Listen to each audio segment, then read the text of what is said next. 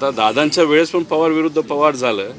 किती मनामध्ये इच्छा नसेल, पक्ष वेगळे राहतीलच, कारण का आम्ही विरोधात आहोत. आणि उद्या जाऊन मग तिथं जय उभा राहिला, इथून युगेंद्र तिथं असू शकतं. त्यामुळे ह्या अनुषंगाने पवार विरुद्ध पवार हे बारामतीमध्ये किती लोकांची इच्छा नसली तरी होऊ शकतं. आणि शेवटी झालं असं आहे की पवार विरुद्ध पवार व्हावं ही लोकांची इच्छा नाही आहे.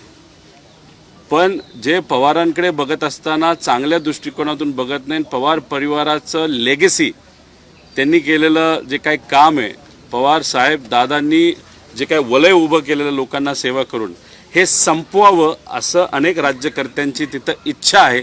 त्यामुळे त्यांना नक्कीच वाटेल पवार विरुद्ध पवार झालं पाहिजे, पण लोकांना हे वाटत नाही. हा दोन गोष्टीमधला हा फरक आहे. आता दादांच्या वेळेस पण पवार विरुद्ध पवार झालं.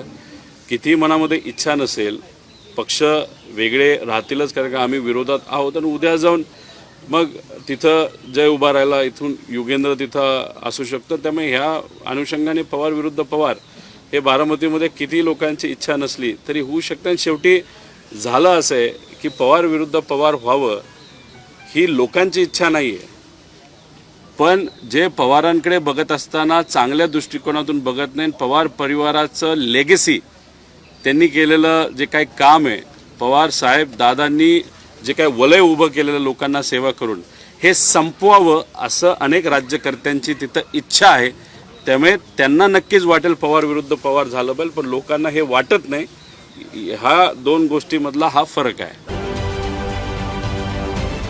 महाराष्ट्रातील सर्व बातम्यांचे विश्वासार्ह व्यासपीठ, सकाळच्या सर्व सोशल मीडिया प्लॅटफॉर्मला लाईक, फॉलो आणि सबस्क्राईब करा. तसंच सर्व नोटिफिकेशनसाठी बेल आयकॉन प्रेस करायला विसरू नका.